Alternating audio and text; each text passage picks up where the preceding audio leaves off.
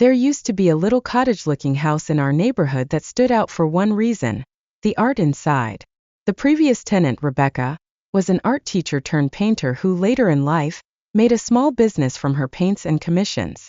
She had filled that home with murals, Disney scenes, fairy tale illustrations, and whimsical touches that made the inside feel magical. She was the type of neighbor everyone liked.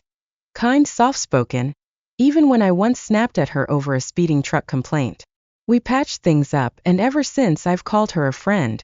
Rebecca had an understanding with the original landlord. The murals could stay, since they were inside and part of her personal expression. She'd been living there since the mid-80s and had always assumed the house would eventually be hers. But before anything could be made official, the landlord passed away. His children inherited the property, and one son visited with his daughter. The girl fell in love with the storybook house, and the family decided they wanted it for themselves. Without a lease to protect her, Rebecca was suddenly pushed out. The murals, once her pride, became their excuse to evict her. She was heartbroken, but fortune struck at the last minute. She found a property out of state with an art studio already built in. Even so, she had always dreamed of fixing up the cottage, especially adding a front porch. A friend of mine offered to help with the renovation for free, partly so he could practice using his new spray paint equipment. Another friend of hers, a landscaper, agreed to handle the yard in exchange for the bushes. So Rebecca moved her furniture into storage, stayed in my friend's guest house, paying rent in the form of painting a mural on his living room wall, and watched as the little cottage was stripped bare. The first week, everything was cleaned out.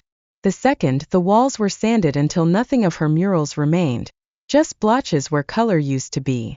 My friend, ever meticulous, taped off anything that shouldn't be sprayed and then primed the entire place with his new sprayer. But when he applied Rebecca's flipper palette, semi-gloss white walls, gray painted wood trim, cabinets, and even switch covers, the house lost its soul. Tile floors stayed, but the warmth of the murals and details were gone. When I walked through afterward, it felt empty, sterile, almost like a showroom that no one lived in. Finally, the landscaper came.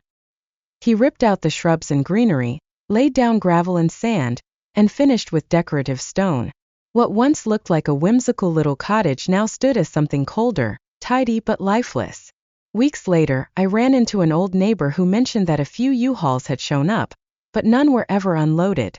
The house has been sitting empty ever since. My guess? The daughter who had once fallen in love with Rebecca's fairy tale murals stepped inside, saw the gray hollow flipper version, and realized that the magic was gone.